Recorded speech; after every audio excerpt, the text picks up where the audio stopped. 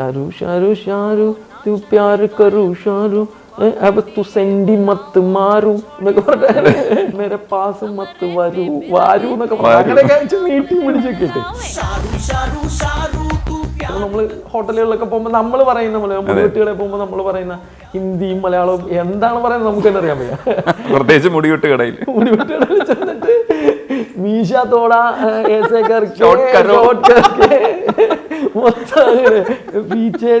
ഇവിടെ അധികം വെക്കണ്ട അതൊക്കെ പറഞ്ഞിട്ട് എന്നിട്ട് നമ്മൾ ഭയങ്കര പ്രൗഡായിട്ട് ഹിന്ദി പറഞ്ഞു കമ്മ്യൂണിക്കേറ്റ് ചെയ്തു. ബഡി മോട്ടോർ ഗാഡിയില്ലേ കിലോമീറ്റർ റൈഡ് ചെയ്തില്ലേ എന്ന് ചോദിക്കുന്ന റൈഡില്ലേ എന്ന് പറയാം. ആ ഒരു ഇന്റർനെറ്റ് ഭാഷയുടെ ഒരു ഇതാണ്. അപ്പൊ അങ്ങനെ എടുക്കും നമ്മൾ. പാത്തി രാവിലെ പാരിജാതമേ പാകലാക്കലെന്നെ എന്ന് പറയണം, മനസ്സിലായി? എന്നെ വട്ട പിടിപ്പിക്കില്ല. അപ്പൊ രാവിലെ പാരിജാതം എന്നൊക്കെ പറയുന്നത് ഭയങ്കര ക്ലാസിക്കൽ വാക്കുകളും അതിൽ പാകലാക്കല്ലേ എന്നൊക്കെ പറഞ്ഞിട്ട് ഒരു സാധനം വെച്ച് അപ്പൊ ഇതിനൊരു വേറൊരു കളർ വരുമല്ലോ. ഒരു ശവമാണ് അത്. ആ പെണ്ണ് വളരത്തുമില്ല, പ്രായമാകത്തുമില്ല, ഒന്നുമില്ല. നമ്മുടെ തലയിലൊരു ഇമാജിനേഷൻ ആണ്. അവളെ കിട്ടിയിരുന്നത് സെറ്റ് ആയിരുന്നു എന്നാണ്. ഒന്നുമില്ല, മനസ്സിലായി? അതിനോട് കമ്മിറ്റ്മെന്റും കാണിക്കാൻ വയ്യ, ഇതിന് മെനക്കെടാനും വയ്യ, ഒന്നും വയ്യ. പക്ഷെ ഇതാണ് എന്റെ വേണം. ഈ ഒരു മുന്താസ് വേണം നമുക്ക് എല്ലാവർക്കും. അങ്ങനത്തെ ഒരു മുന്താസ്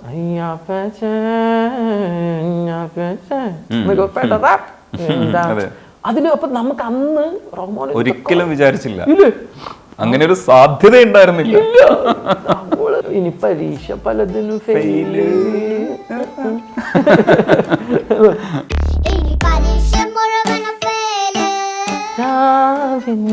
റേഡിയോ മുരണ്ടുരുണ്ട് പാടുന്ന പാട്ട്. മുരുണ്ടുരുണ്ടപ്പോ ശരിക്കും ഷാന്റെ പാട്ടായി. നടന്ന സംഭവത്തിനകത്ത് എഴുതുന്നുണ്ട് പാട്ട്. പുറത്തു വന്നല്ലേ, റിലീസായി. അത് പാട്ട് റിലീസായി. അതിലൊരു പാട്ടും കൂടെ ഉണ്ട്. അത് അങ്കിത് മേനോനുമായിട്ട് ചെയ്യുന്നതാണ്. അങ്കിത് മേനോനുമായിട്ട് തന്നെ ഇപ്പോ ഗുരുവായൂർ അമ്പലനടയിൽ നടന്ന സംഭവത്തിൽ മാറുന്ന കാലം എന്ന് പറഞ്ഞൊരു പാട്ടാണ്. അനുമിത മേനോൻ എന്ന് പറഞ്ഞിട്ട് പുള്ളിക്കാരി ഡൽഹിയിലുള്ള ഒരു മലയാളി സിംഗറാണ്. പക്ഷെ അടിപൊളി സിംഗറാണ്. ഒരു ഇന്ത്യ പോപ്പ് ആ ജോണറിലെ ഒരു പാട്ടാണ്. അപ്പൊ ഒരു ചേഞ്ചിങ് ടൈംസിനെയൊക്കെ പറ്റിയിട്ട് അപ്പൊ നമ്മളിങ്ങനെ കയ്യെത്തും ദൂരത്തൊരത്തിക്ക് താഴത്ത് പുത്തൻ പൂക്കാലങ്ങൾ കണ്ടില്ലേടോ, നീ എൻ്റെ ചാരത്ത് ചേരുമ്പോ ലോകങ്ങളെൻ്റേത് ശോകങ്ങൾ എന്തെന്നടോ, നമ്മൾ പിണങ്ങുന്നേ തന്നെ ഇണങ്ങുന്നേ മാറുന്ന കാലമേറി നാം പോകുന്നിതാ. അങ്ങനെ ഒരു സാധനം. അപ്പൊ എനിക്ക് എഡോ എന്നൊക്കെ വിളിക്കുന്ന സാധനം അങ്ങനത്തെ എനിക്ക് ഭയങ്കര ഇഷ്ടമാണ്. നമ്മുടെ മലയാളികളുടെ വേറൊരു സാധനമുള്ള ഇഷ്ടം അങ്ങനത്തെ അറ്റത്ത് എത്തിയിട്ടുമില്ല, ഇങ്ങനെ തുടങ്ങുന്നു. അപ്പൊ നമ്മള് കുറച്ചൊരു മര്യാദ വേണം തന്നെ. അതെ അതെ, പക്ഷെ ഇഷ്ടമുണ്ട്. ആപ്പ് എന്ന് പറയുന്ന ഹിന്ദിയിലെ വാക്കില്ലേ, പെൺകുട്ടികളെ വിളിക്കുക പണ്ട് പുകഴ്ത്തി തൂമേരി എന്ന് പറയാതെ ആപ്പ് എന്ന് പറഞ്ഞ ഒരു ബഹുമാനിക്കുന്ന ഒരു സ്ഥലം ഉണ്ടായിരുന്നു. അപ്പൊ അങ്ങനെ തന്നെ അതിനൊരു സിമിലർ സാധനമാണ് നമ്മൾ എടോ.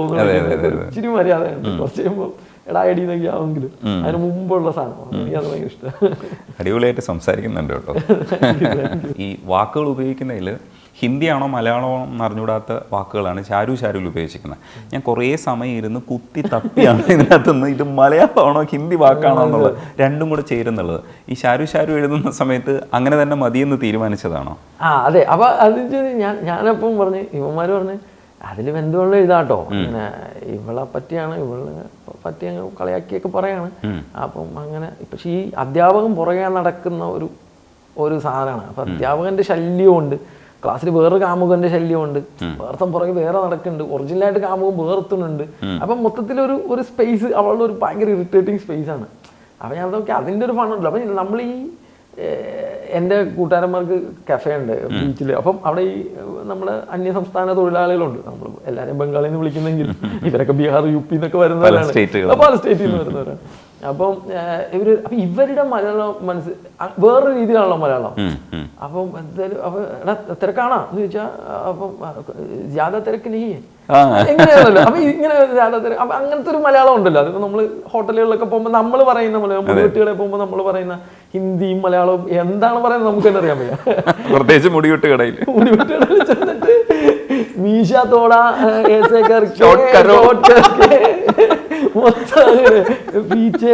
ഇവിടെ അധികം വെക്കണ്ട അതൊക്കെ പറഞ്ഞിട്ട് എന്നിട്ട് നമ്മൾ ഭയങ്കര പ്രൗഡായിട്ട് ഹിന്ദി പറഞ്ഞു കമ്മ്യൂണിക്കേറ്റ് ചെയ്തു എന്ന് പറഞ്ഞിട്ട്. അപ്പൊ അങ്ങനത്തെ ഒരു കമ്മ്യൂണിക്കേഷൻ ആയി. അപ്പൊ എനിക്ക് ജാഥ പാത്രം എന്ന് പറയാം, പാത്രം കുറെ ഉണ്ട് കഴുകാൻ, ജാഥ പാത്രം. അപ്പൊ എനിക്ക് ചിരി വരും, എനിക്ക് ഇഷ്ടമാണത്. അപ്പൊ ഞാനത് ആ ഒരു സാധനം നമുക്ക് പിടിച്ചു നോക്കാം. അപ്പൊ ഷാരു ഷാരു ഷാരു തു പ്യാർ കറു ഷാരു തു സെൻഡി മത്ത് മാറും എന്നൊക്കെ പറഞ്ഞിട്ട് മേരെ പാസും മത്ത് വരൂ വാരൂ എന്നൊക്കെ പറഞ്ഞു അങ്ങനെയൊക്കെ നീട്ടി പിടിച്ചൊക്കെ ഇട്ട്. അപ്പൊ അങ്ങനത്തെ സാധനങ്ങൾ ഞാൻ നമ്മുടെ ഇപ്പോഴത്തെ ഒരു എനിക്കൊന്നൊരു 50 വർഷം കഴിഞ്ഞ ശേഷം 100 വർഷം കഴിഞ്ഞ ശേഷം ഈ സമയത്ത് നമ്മളെ അടയാളപ്പെടുത്തുകയാണെങ്കിൽ ഈ 2000 കാലഘട്ടങ്ങൾ 2020 കാലഘട്ടങ്ങളിൽ അടയാളപ്പെടുത്ത ഒരു ഭയങ്കര ഹൈബ്രിഡ് ഭാഷയായി പോയി നമ്മളത്. സത്യം പറഞ്ഞാൽ ഈ ഇംഗ്ലീഷുണ്ട്, ഹിന്ദിയുണ്ട്, വല്ല ഭാഷ. ഇപ്പം അതിൽ സിനിമ ഇപ്പം നമ്മൾ എന്ത് ചെയ്യും മുരുക മറ്റേ എന്താ പറയുക തമിഴ് അപ്പൊ ഇത്തരത്തിലുള്ള സാധനങ്ങൾ നമ്മൾ സിനിമ ഡയലോഗുകൾ അങ്ങോട്ടും ഇങ്ങോട്ടും പറയാണ്. എല്ലാവരും പറയുന്നത് അങ്ങനത്തെയാണ്. വെയിറ്റിംഗ് എന്നൊക്കെ പറഞ്ഞിട്ട് വിജയ് പറഞ്ഞ സാധനം പെട്ടെന്ന് പറയും. ചായ ഒക്കെ ഓർഡർ ചെയ്തിട്ടാണ് ഈ പറയുന്നതെങ്കിലും ഇങ്ങനെ നമ്മൾ എവിടെ നിന്നൊക്കെയോ കടമെടുത്ത കുറേ ഭാഷകൾ എടുത്തിട്ട് നമ്മൾ ചെയ്യാണ്. അപ്പം അതിൻ്റെ ഒരു സാധനം എനിക്ക് ഇപ്പം നമ്മൾ പാട്ടിലൊക്കെ തുക്കായിക്കോ ഷരാസ് പോലെ എന്നൊക്കെ പറഞ്ഞിട്ട് ഞാൻ ഇതിൻ്റെ അകത്തൊക്കെ ഒരു സാധനം ഇതുണ്ട്. പ്രകാശ് കാരാട്ടിന്റെ കാര്യമൊക്കെ പ്രകാശ് കാരാട്ടിന്റെ കാര്യം വിരാട് പോലെ കരാട്ട് പോലെ എന്നൊക്കെ പറഞ്ഞിട്ടൊക്കെ ചെയ്യണം, വിരാട് കോഹ്ലിനെയും കാരാട്ടിനെയും. അപ്പം ഇതുപോലത്തെ സാധനങ്ങളൊക്കെ കാരണം അങ്ങനത്തെ കുറേ എന്താണ് നമ്മൾക്ക് ഇപ്പം 50 വർഷം മുമ്പുള്ള ഒരാൾക്ക് നമ്മുടെ ഈ മലയാളം കേട്ടാൽ മനസ്സിലാകാത്ത പോലും ഉണ്ടാവില്ല. കാരണം സാധനം മാറിപ്പോയി. ഇപ്പം ഞാൻ ഇവിടെ വിചാരിക്കാം, ഇപ്പം ഒരു 20 കൊല്ലം മുമ്പ് എടാ ഒരു അറ്റാച്ച്മെന്റ് ഫീൽ ചെയ്യുന്നില്ല എന്ന് പറയുന്ന സ്ഥലത്ത് ഇപ്പം അറ്റാച്ച്മെന്റ് ഇല്ലടാ പറഞ്ഞാൽ നീ ഒന്നുകൂടെ സെൻഡ് ചെയ്യുമെന്ന് പറയും. അവരെ എന്തെങ്കിലും അറ്റാച്ച്. ഇപ്പോഴത്തെ പിള്ളേർക്ക് അതല്ലേ അറ്റാച്ച്മെന്റ്, ഇമെയിലിലെ അറ്റാച്ച്മെന്റ് എന്നാണ് അവർ വിചാരിക്കുക. അതിന്റെ അപ്പുറത്തേക്ക് അവർക്ക് വേറെ അറിയില്ല. അപ്പൊ ഇങ്ങനെ ഭാഷ തന്നെ, വാക്കുകൾ തന്നെ പതിയെ സഞ്ചരിച്ച് വേറെ സ്ഥലത്തോട്ട് പോകുന്നു, പുതിയ വാക്കുകൾ വരുന്നു, വേറെ ഇപ്പം ഇന്റർനെറ്റ് ഭാഷ എന്ന് പറഞ്ഞിട്ട് വേറൊരു ഭാഷ അതിൻ്റെ അകത്ത്. ഇപ്പൊ ചാറ്റില്ലേ, ചാറ്റില്ലേ എന്നൊക്കെ ചോദിക്കും. അപ്പൊ ചാറ്റില്ലേ എന്ന് പറയുന്ന ഒരു ഇംഗ്ലീഷ് വാക്കും മലയാളം വാക്കും കൂടെ ആയിട്ട് വേറൊരു വാക്കുണ്ടായി എന്ന് പറഞ്ഞു. അപ്പൊ ഈ ഒരു ട്രാൻസ്ഫോർമേഷനും ഉണ്ടല്ലോ. അപ്പൊ എനിക്കിപ്പം നേരത്തെ പറഞ്ഞ പോലെ ഇത് യങ്സ്റ്റേഴ്സുമായിട്ട് കണക്ട് ആവുന്നു എന്ന് പറയുന്നത് ഞാൻ ഇതിനെ നോട്ട് ചെയ്യുന്നതുകൊണ്ടാവാം ഇങ്ങനത്തെ ചെറിയ ചെറിയ ചേഞ്ചസിനെ. എന്നിട്ട് നമ്മൾ ഇപ്പൊ ബഡി മോട്ടോർ ഗാഡിയില്ലേ, കിലോമീറ്റർ റൈഡ് ചെയ്തില്ലേ എന്ന് ചോദിക്കുന്ന റൈഡ് ഇല്ലേ എന്ന് പറയാം. ആ ഒരു ഇന്റർനെറ്റ് ഭാഷയുടെ ഒരു ഇതാണ്. അപ്പൊ അങ്ങനെ എടുക്കും നമ്മൾ. അപ്പൊ ഞാൻ എടുക്കുന്നത് ബഡി എന്ന് പറയുന്നത് ഹിന്ദി വാക്കുണ്ടല്ലോ, അതുപോലെ തന്നെ ബഡി എന്ന് പറയുന്ന ബെസ്റ്റ് ബഡി എന്നുള്ള ഇംഗ്ലീഷ് വാക്കുമുണ്ട്. അപ്പൊ യു ക്യാൻ ഇന്റർപ്രറ്റ് എന്തിലോട്ട് വേണേലും ഇന്റർപ്രറ്റ് ചെയ്തോളൂ. അപ്പൊ ബഡി മോട്ടോർ ഗാഡിയില്ലേ, കിലോമീറ്റർ റൈഡില്ലേ, ഗലി ഗലി ചുറ്റിട്ടും സിറ്റി ബോർഡർ കേറില്ലേ, മിനി കൂപ്പർ പാറിങ്കെ സിനി സൂപ്പർ സ്റ്റാറിങ്കെ. അപ്പൊ അങ്ങനത്തെ ഒരു സെൽഫ് പ്രൈസിങ് ഒരു റാപ്പിലൊക്കെ അങ്ങനത്തെ ഒരു സ്വഭാവമുണ്ട്. നമ്മളെ തന്നെ കുറെ എഴുതി പറയുക, കുറെ ആറ്റിറ്റ്യൂഡ് കാണിക്കുക.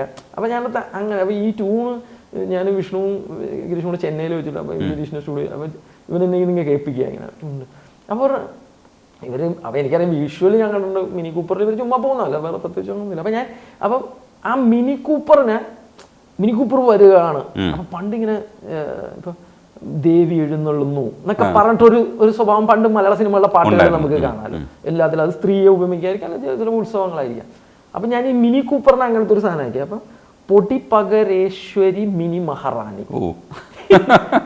എന്ന് പറയുന്ന ഒരു സാധനം, ഒരു ദേവീനെ ഉണ്ടാക്കുകയാണ്. പൊളിറ്റിക്കലി പ്രശ്നമല്ലേ, അപ്പൊ ഞാൻ പൊടി പകർത്തി വരുന്ന ഒരു മിനി മഹാറാണി.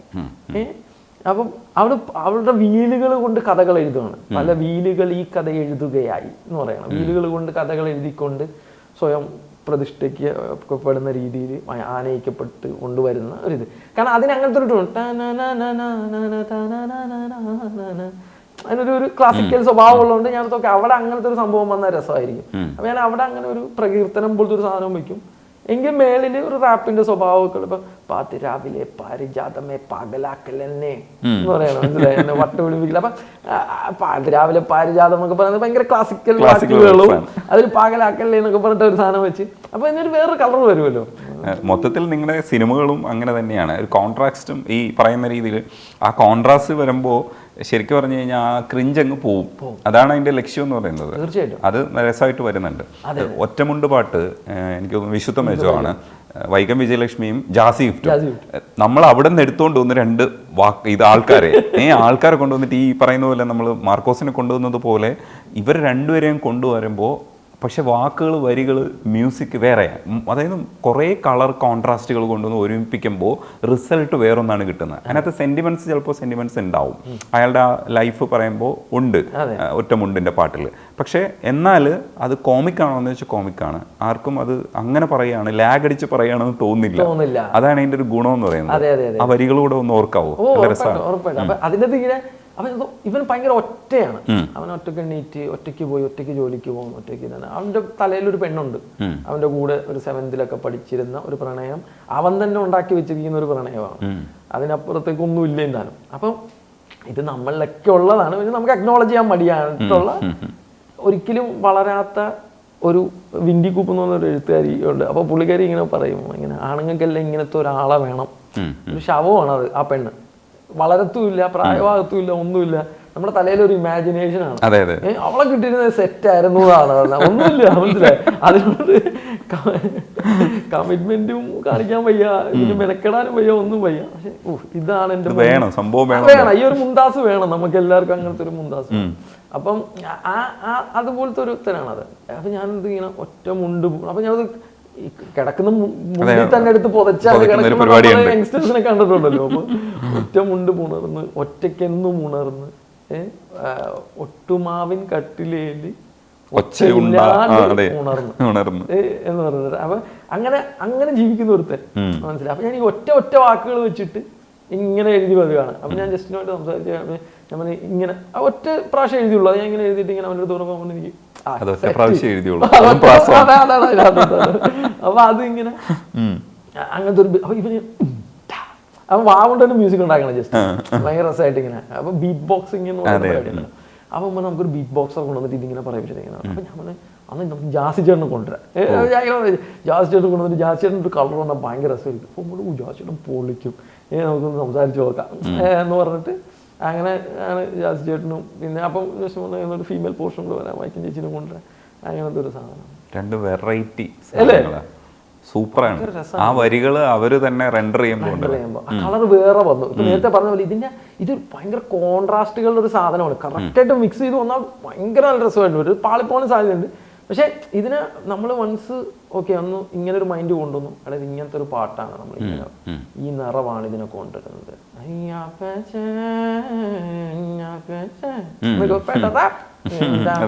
അതിന് അപ്പൊ നമുക്ക് അന്ന് ഒരിക്കലും വിചാരിച്ചില്ല, അങ്ങനെ ഒരു സാധ്യത ഉണ്ടായിരുന്നില്ല.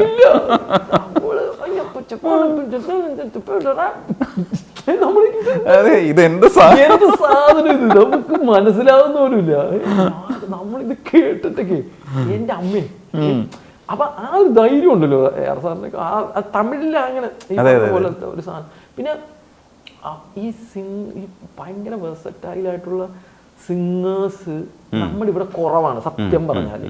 അത് നമ്മളെന്ത് പറ്റിയെന്ന് വെച്ചാൽ ഒരു സ്ട്രീം, ഒരു പ്രത്യേക സ്ട്രീം ഹിറ്റ് ആകുമ്പോൾ അത് വരികളിലാണെങ്കിലും പാട്ടിലാണെങ്കിലും മ്യൂസിക്കിലാണെങ്കിലും അത് ഒരു സൈഡിൽ കൂടി ഇൻഡസ്ട്രീനെ വളർത്തുകയും തളർത്തുകയും ചെയ്യുമെന്ന് എനിക്ക് തോന്നുന്നത്. അത് കാരണം ഇപ്പോൾ ഹരിഹരൻ സാറിൻ്റെയൊക്കെ ഒരു സ്റ്റൈൽ ഓഫ് സ്ട്രീം, ഞാൻ ആ വോയിസിന്റെ പാറ്റേണിനെ പറ്റി പറയാം കേട്ടോ.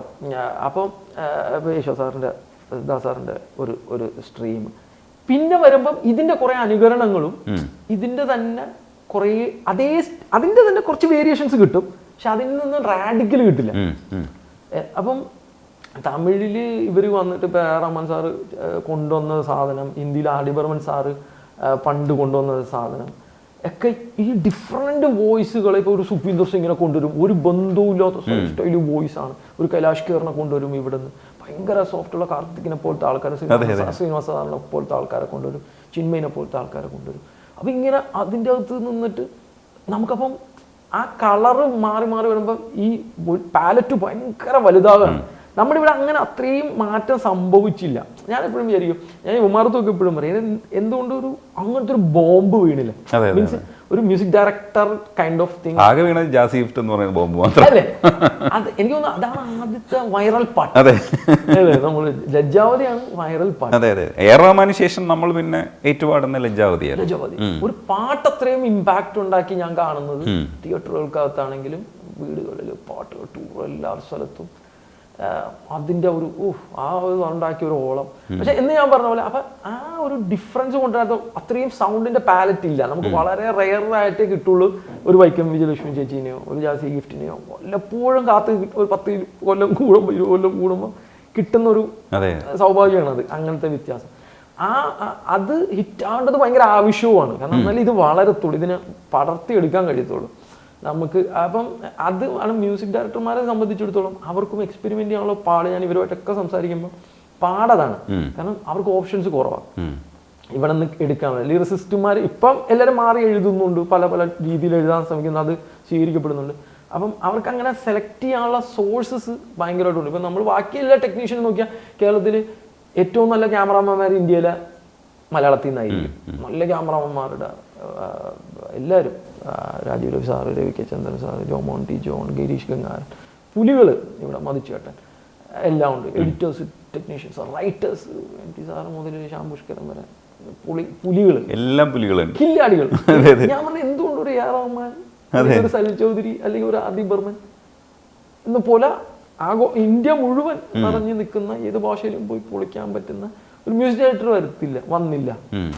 ഞാൻ അവരാരും മോശമാണല്ലോ. പക്ഷെ എന്തുകൊണ്ട് വന്നില്ല, അവർക്ക് എന്തുകൊണ്ട് അങ്ങനത്തെ ഒരു പാൻ സ്ഥലത്തിലേക്ക് പോകാൻ കഴിഞ്ഞില്ല എന്ന് വിമർശമൊക്കെ ചോദിക്കും. അപ്പൊ കുറെ എനിക്ക് മനസ്സിലായിട്ടുള്ള കാര്യം അതാണ്. കാരണം എനിക്ക് അതിന് ഒരു ഗ്രൂപ്പ് ഓഫ് ആൾക്കാരാണ്, അതിനൊരു സിംഗേഴ്സിന്റെ ഒരു കളക്ഷൻ വേണം, ലിറിസിസ്റ്റുമാരുടെ ഒരു പല റാൻഡം സാധനങ്ങളൊക്കെ പറ്റി എഴുതാനുള്ള ഒരു ഇത് വേണം, ഭാഷയുടെ ഒരു ഫ്ലെക്സിബിലിറ്റി വേണം. ഭയങ്കര ഭാഷയ്ക്ക് ഒരു ഫ്ലെക്സിബിലിറ്റി വേണം. ഭാഷ ഇപ്പം നമ്മൾ ഈ ശുദ്ധവാദം പറയുമ്പോൾ ഒരു പ്രശ്നം അതാണല്ലോ. ഇപ്പം നമ്മൾ അതിൽ തന്നെ മലയാളത്തിൽ തന്നെ എഴുതുന്നത്, അല്ലെ മലയാളം ശുദ്ധ മലയാളം തന്നെ വാ എന്ന് പറയുമ്പോൾ ഈ ശുദ്ധ മലയാളം തന്നെ ഇല്ലല്ലോ. ഇത് അതും പോർച്ചുഗീസും അറബിക്കും സംസ്കൃതവും എല്ലാം കൂടെ കയറുകയാണ് ഈ മലയാളം എന്ന് പറയുന്നതാണ് തന്നെ. അപ്പൊ എന്ന് പറഞ്ഞാൽ എന്തുകൊണ്ട് എന്നാൽ തമിഴ് വളരുമ്പോൾ നമ്മൾ വളരുന്നില്ല. കാരണം എന്താ വെച്ച് കഴിഞ്ഞാൽ നമുക്കൊരു ഇംഗ്ലീഷ് വാക്ക് അതിനകത്തോട്ട് എടുത്ത് വെക്കാനുള്ള മടി ഇപ്പോഴും ഉണ്ടല്ലോ. ഇപ്പോഴും ഞാനൊരു നമ്മളൊരു ഇംഗ്ലീഷ് വാക്ക് ചെറുതൊരെണ്ണം വെച്ചാലും എല്ലാവരും വേണോ അത് മാറ്റാൻ പറ്റുമോ? ഫോണെന്ന് വെച്ചിരിക്കുന്നല്ലോ, ഫോണെന്നുള്ളത് മാറ്റാം. ഇപ്പൊ ചെവി ചേർത്ത് പിടിച്ചു മൊബൈല് എന്ന് പറയാനല്ലേ, ഇനി പരീക്ഷ പലതിനും ഫെയില്. മൊബൈൽ എന്ന് പറയാം. അതെ, മൊബൈൽ വേണം. അതിന് ചെറിയ മാറ്റങ്ങൾ പോലും ആക്സെപ്റ്റ് ചെയ്യില്ല. ഇപ്പം റഫീഖ് അഹമ്മദ് സാർ അസാധ്യമായിട്ട് കവിത എഴുതുന്ന മനുഷ്യൻ പാട്ടുകളും അസാധ്യമായിട്ട് എഴുതിയിട്ട് അപ്പങ്ങളെമ്പാടത്തിൽ വട്ടായിപ്പോയി എന്ന് എഴുതിയതിന് ഭയങ്കരമായ വിമർശനം നേരിട്ടു. അത്രയും മാറാൻ പോലും നമ്മൾ തയ്യാറല്ല. അത് കോമിക്കായിട്ട് ആ സാധനത്തെ പറയുന്നതാണ് നാട്ടുമ്പുറത്ത്. നമ്മൾ അവന് വട്ടാടാ എന്ന് പറയും. അതിനെ അങ്ങനെ കാഷ്വലായിട്ട് ഉപയോഗിക്കാൻ പറ്റും എന്നുള്ളൊരു സാധ്യത ഉപയോഗിച്ചപ്പോൾ അതിനും വരെ പരാതി പറയാണ്. പക്ഷെ നിങ്ങൾക്ക് കിട്ടിയിട്ടുള്ളൊരു ഇതെന്ന് പറഞ്ഞാൽ ഇപ്പോൾ ഷാൻ റഹ്മാനും സുഷിൻ ശ്യാം ആയിക്കോട്ടെ, ഇല്ലെങ്കിൽ ഈ പറയുന്ന ജസ്റ്റിൻ ആയിക്കോട്ടെ, ഒക്കെ കോമിക്കായിട്ടുള്ള സാധനങ്ങൾ ചെയ്യാൻ അവർക്ക് മാനസികമായിട്ടുള്ളൊരു താല്പര്യം കൂടുതലാണ്. അപ്പോൾ ഷാൻ്റെ കാര്യം കൂടെ പറയും. ഷാൻ്റെ കൂടെ വർക്ക് ചെയ്ത ഒരു എക്സ്പീരിയൻസ്. ഷാൻ എന്ന് പറഞ്ഞാൽ എല്ലാ പാട്ടും കൊണ്ടുവന്നിട്ടൊരു കോമിക് ഉണ്ടാക്കും. അതും ഷാൻ്റെ ചില സാധനങ്ങളുണ്ടാവും. വാവ്, കുറേ സാധനങ്ങൾ. അതായത് ഷാൻ എല്ലാ പാട്ടിലും ഷാൻ്റെ ഒരു സിഗ്നേച്ചർ ചിലപ്പോൾ ഷാൻ്റെ വോയിസ് എവിടെയെങ്കിലും ഒക്കെ കാണും. അപ്പോൾ അതൊരു ഭയങ്കര സംഭവമാണ്.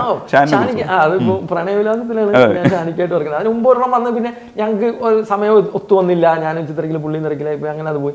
ഞാൻ പറഞ്ഞാൽ അടുത്തന്നെ നമ്മൾ ഉറപ്പായിട്ട് നമുക്ക് ഇരിക്കാം. അങ്ങനെ പ്രണയവിലാസത്തിന് വരുന്നത്. അപ്പം പ്രണയവിലാസത്തിന് ഇപ്പം ഒരു മെലഡി, അപ്പോഴും ഞാനിങ്ങനെ ഷാനിക്കടുത്ത് വന്നത് നമുക്ക് വന്നപ്പോൾ മെലഡി പരിപാടി എനിക്ക് വന്നതാ എന്ന് പറഞ്ഞു. ചെയ്യട്ടെ, ഇത് രസമുള്ള പാട്ടാണ് എന്ന് പറഞ്ഞു. അപ്പം ഞാനിങ്ങനെ താനേ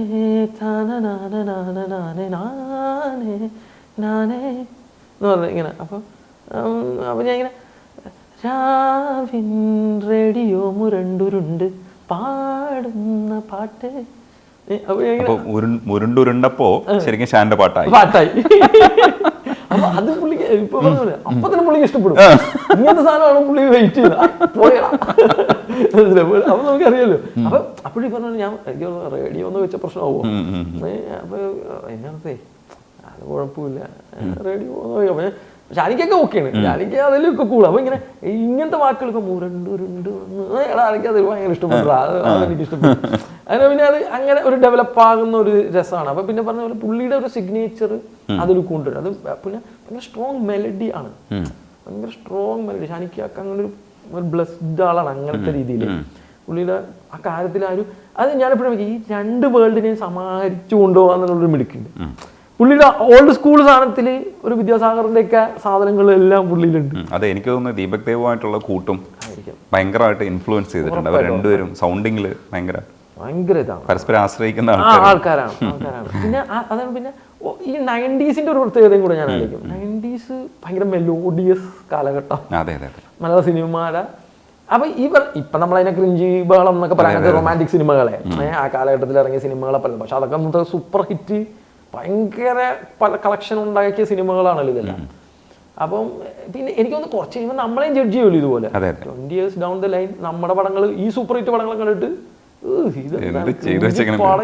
എന്താണ് ചെയ്തു വെച്ചേക്കുന്നത് എന്ന് ചോദിക്കും.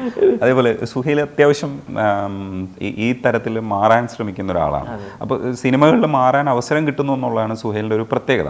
പക്ഷെ ഒരു കുറച്ചുകൂടെ മുമ്പേ ആകുമ്പോഴത്തേക്കും ഇപ്പോഴും അതെ, പാട്ടുകളിനകത്ത് ഇപ്പോൾ പ്രണയം അല്ലെങ്കിൽ എന്തെങ്കിലും ചെറിയ സാധ്യതകൾ ഉപയോഗിക്കാൻ പറ്റുന്നുണ്ടെങ്കിലും ഒരു വിപ്ലവവും നടക്കില്ല. അപ്പം സ്വതന്ത്ര സംഗീതം എന്ന് പറയുന്നത് കുറച്ചുകൂടെ നമുക്ക് പലതും എഴുതാൻ പറ്റും. ഇപ്പോൾ റാപ്പ് നന്നായിട്ട് എഴുതാൻ പറ്റും സുഹൈലിന്.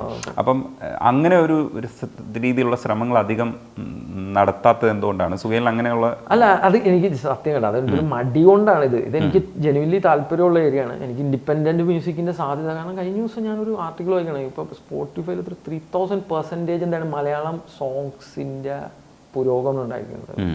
3000% കൂടിയിരിക്കുകയാണ്. അതിന് മെയിനായിട്ട് thanks to Dabzee, thanks to അങ്ങനെയുള്ള ബേബി ജി, അങ്ങനെയുള്ള ആൾക്കാർ വന്നിട്ട് ഇതിൽ ഭയങ്കര മാറ്റം കൊണ്ടുവരികയാണ്.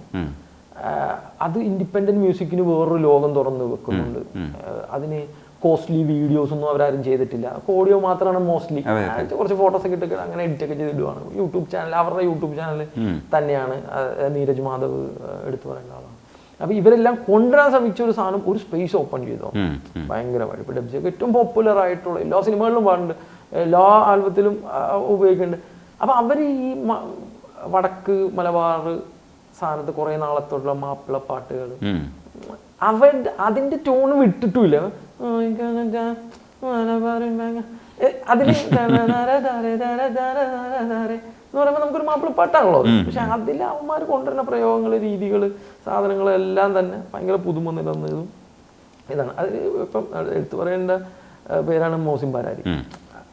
ആ ഒരു ഗ്രൂപ്പിന്റെ ആൾക്കാർ. അപ്പം അദ്ദേഹത്തിന്റെ എഴുത്തും അങ്ങനെ പാരാരി എഴുതുന്ന ഭയങ്കര രസകരമായിട്ട് എഴുത്താണ് അദ്ദേഹത്തിന്റെ. ചെറിയ ചെറിയ ചിന്തകൾ അതിൻ്റെ ഇടക്ക് വെച്ചിട്ടുണ്ട്. ഭയങ്കര ഈ പറഞ്ഞ ഇച്ചിരി സമയം വേണമെന്ന് ആലോചിച്ചെടുത്തിട്ട് പുള്ളി അങ്ങനെ ഒരു വാക്കുകൾ കൊണ്ട് അങ്ങോട്ടും ഇങ്ങോട്ടും മറിച്ചിട്ടൊക്കെ ഉള്ള കളികൾ മോസിൻ ചെയ്യാറുണ്ട്. ഭയങ്കര ഇഷ്ടമുള്ള എഴുത്തുകാരനാണ്. എനിക്ക് തോന്നുന്നു സുഹൈലും ആ വഴിയിലേക്ക് വരേണ്ടതുണ്ട്, വൈകിട്ടില്ല. പിന്നെ ഒരു ആശ്വാസം എന്താണെന്ന് വെച്ചാൽ സിനിമാ പാട്ടിനുള്ളിൽ തന്നെ ഒരു സ്വതന്ത്രമായിട്ടുള്ളൊരു സ്പേസ് ഉണ്ടാക്കിയെടുക്കാൻ സുഹൈലിന് കഴിഞ്ഞു. അതാ എനിക്ക് ഏറ്റവും സന്തോഷം. അതല്ല, എനിക്ക് അല്ലെങ്കിൽ നിൽക്കാൻ പറ്റില്ല. എനിക്ക് അപ്പം ഞാൻ ആസ് എ പേഴ്സൺ എനിക്ക് ഒരു ഇച്ചിരി ആ ഒരു സ്ഥലം വേണം, എൻ്റെതായിട്ടുള്ളൊരു ഫ്രീഡം. ഞാൻ അധികം വർക്കും എടുക്കാത്തതിൻ്റെ മിക്കതും ഞാൻ പാട്ട് കേട്ടിട്ട് ഞാൻ തന്നെ ഇത് ചെയ്യാൻ പറ്റില്ല, എനിക്ക് എഴുതാൻ പറ്റുന്ന സാധനം അല്ല അത്. എനിക്കത് വ്യക്തമായിട്ട് മനസ്സിലാവും. എൻ്റെ ലിമിറ്റേഷൻസ് എനിക്കറിയാം. ഭയങ്കര മെലോഡിയസ് ആയിട്ടുള്ള ഒരു വരി, ഒരു ട്യൂണാണ് വരുന്നതെങ്കിൽ വളരെ കുറച്ച് പ്രാവശ്യം ഇപ്പോൾ എനിക്കിപ്പോൾ ഹിജാബി പോലത്തെ ഒരു പാട്ട് എനിക്ക് എഴുതാൻ പറ്റും. മോന ഹിജാബി കിനാവ് കണ്ട് എന്നൊക്കെ പറഞ്ഞിട്ട് എഴുതാൻ പറ്റും. അത് മെലഡിയാണ്, പരിപാടിയാണ്. ലാൽജോ സാറിൻ്റെയൊക്കെ തീം ചേർന്ന് നിന്നുകൊണ്ട് എഴുതാൻ പറ്റും. അല്ലാത്ത കുറേ എനിക്ക് ലിമിറ്റേഷൻസ് ഉണ്ട്. അപ്പോൾ ഞാൻ മിക്കതും അങ്ങനത്തെ വരുന്നത് എടുക്കാറേ ഇല്ല. ഞാൻ പറയട്ടെ അതെൻ്റെ സാധനമല്ല എന്ന് പറയും. പിന്നെ ഇപ്പോൾ ഒരു ഭാഗ്യമുള്ളതെന്ന് വെച്ചാൽ എന്നെ അതുപോലത്തെ സോങ്ങുകൾക്ക് എന്നെ വിളിക്കാറുള്ളൂ. എൻ്റെ ടൈപ്പ് പാട്ടുകൾ മിസ്സേടാ നീയായിട്ടിരുന്ന് നമുക്ക് ചെയ്യാം, നിൻ്റെ ഒരു കളറാണ് വേണ്ടത് എന്ന് പറയാം. അപ്പോൾ അത് കുറച്ചുകൂടെ എളുപ്പമാകുന്നുണ്ട്. പക്ഷേ ഇൻ ഫ്യൂച്ചർ എനിക്കൊരു ഇൻഡിപെൻഡൻറ്റ് സ്പേസ് കൊണ്ടുവരണം എന്നുണ്ട്. ഇൻഡിപെൻഡൻ്റ് ഞാൻ സംസാരിക്കാറുണ്ട് മ്യൂസിക് പ്രൊഡ്യൂസേഴ്സുമായിട്ടും അതുപോലെ തന്നെ മ്യൂസിക് സൗണ്ട് എഞ്ചിനീയേഴ്സുമായിട്ടും ഒക്കെ ഞാൻ സംസാരിക്കുന്നുണ്ട്. ഇപ്പോൾ എടാ ഇങ്ങനെ ഒന്ന് ചെയ്താലോ അങ്ങനെ ചെയ്താലോ ഒന്ന് ഉരുത്തിരിഞ്ഞ് വരണം. അതിനും എനിക്ക് ഈ പറഞ്ഞ പോലെ ഒരു യുണീക്ക് സ്ഥലം കൊണ്ടുവന്നാക്കൊള്ളാന്നുണ്ട്. കേൾക്കുമ്പോൾ തന്നെ എടാ ഇത് അവൻ എഴുതിയല്ലേ, അല്ലെ അവർ കൊണ്ടുവന്നതാണല്ലോ എന്ന് തോന്നുന്ന രീതിയിൽ അതിൻ്റെ വിജയപരാജയങ്ങളൊക്കെ അവിടെ നിൽക്കട്ടെ. പക്ഷേ ഇതിപ്പുറത്ത് നമ്മളത് പറയാനുള്ള ഒരു കുറച്ച് കാര്യങ്ങൾ, ഇപ്പം നേരത്തെ പറഞ്ഞ വിപ്ലവം എന്ന് പറഞ്ഞ പോലെ നമുക്ക് പറയാനുള്ള കുറേ കാര്യങ്ങളുണ്ടല്ലോ. അത് പറയാൻ കുറച്ചുകൂടെ ഫ്രീ സ്പേസ് ഉണ്ടാവും അവിടെ. അതിപ്പം ജനത കേൾക്കാൻ വില്ലിങ് ആണെന്നാണ് എനിക്ക് തോന്നുന്നത്. അത്തരത്തിലുള്ള ഒരുപാട് പാട്ടുകൾ ഉണ്ടാവട്ടെ. കുറേ പാട്ടുകളൊക്കെ ഞാൻ വിട്ടുപോയിട്ടുണ്ട്. പക്ഷേ അതിൻ്റെ ഒരു മൊത്തത്തിലുള്ളൊരു സ്വഭാവം ഉണ്ടല്ലോ, അത് ഭയങ്കര ഇഷ്ടമാണ്. അതുകൊണ്ടാണ് സുഹൈലിൻ്റെ അടുത്ത് സംസാരിക്കണമെന്ന് ഒരുപാട് ആഗ്രഹിച്ചത്. അതിപ്പോൾ മറിഞ്ഞു പോയി, ഇപ്പം നടന്നു. നന്ദിയുണ്ട് സംസാരിക്കാൻ കഴിഞ്ഞു. ഭയങ്കര സന്തോഷം. Thank you so much. പൊളിമച്ച, പൊളിക്ക്, നമ്മുടെ വൈബാണിത്. ഞാൻ നിങ്ങളുടെ കൂടെയാണ്. അടിപൊളി പൊളി സാധനം. Thank U.